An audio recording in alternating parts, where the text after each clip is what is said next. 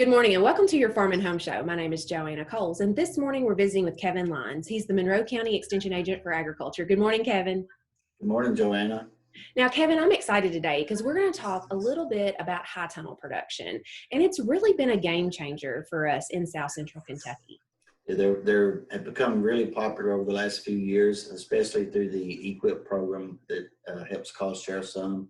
There's a lot of people who've been putting up high tunnels just on their own without the benefit of the cost share because they are a great management tool for a lot of produce producers who may be looking to diversify or just extend the growing season a little bit on both ends. You can gain some time earlier in the year and you can grow later. So they are very popular, but they do take a little bit of different management than a greenhouse and definitely from plantings outside. And you know, one of the benefits I see is we are able to have these year-round farmers markets because farmers can truly farm all year and grow produce in these high tunnels. They sure can. UK has a great little calendar that is a guide for a lot of people.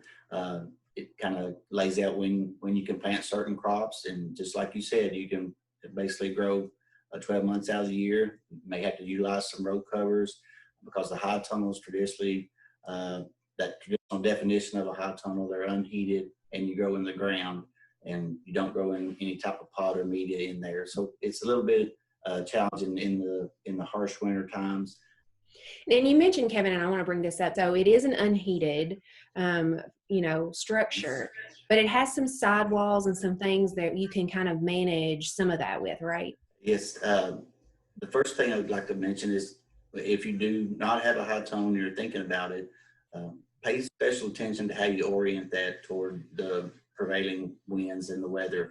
Where the prevailing winds come and hit the end, you don't want those winds coming and kind of coming broadside on your high tunnel.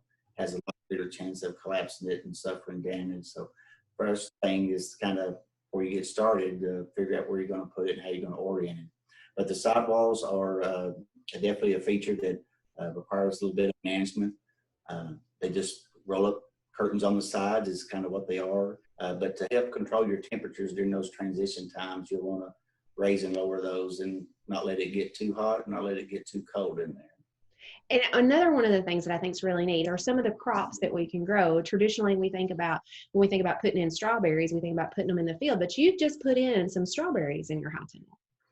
Yes, it's my first experience with a lot of things. My first experience growing anything in a high tunnel, and I'm already way up in my farming career, and it's the first time I've attempted to grow strawberries. So it's never too late to learn. We didn't put in the traditional plastic that you see out in the field. We put in like a plastic weave fabric. So we laid that down.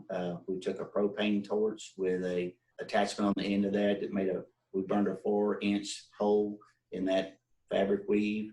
We put in 1,600 plants. So far, they're doing really well. And the advantage of that is those high tunnel strawberries will come in a little bit earlier than our field strawberries. Yes, hopefully that will help me on my marketing. I do some things there on my farm just for the experience and just for able to have a field day or extension event out there. I want to be able to show people how hands-on things work. The bees and my strawberries in the high tunnel were going to be that project, but I hope to be able to, sell some as well. Absolutely. Now, Kevin, you mentioned a field day, and even though that we're not going to have people on your farm, we are going to have it as part of the Mammoth Cave area virtual field day. Tell us a little bit about that.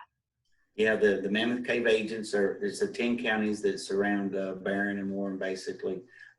We still work together as a group and do a lot of things. So we're planning this field day. It's going to be the Mammoth Cave area virtual field day. We're going to have videos from 3 different diversified producers.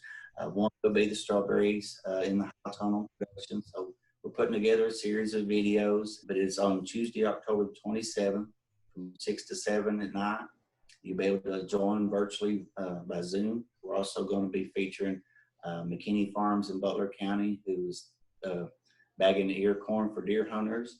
And we're going to be also at Ricky King's farm in Simpson County with the management of mud in high traffic areas and a feeding pad. Absolutely. A little bit for everybody at this Mammoth Cave Virtual Field Day. Make sure to get pre-registered for that so you'll be able to get the Zoom link. You can contact your local extension office to get signed up, and we look forward to seeing you there. Kevin, thanks for being with us today, and we appreciate you watching the Farm and Home Show, and we hope you have a great day.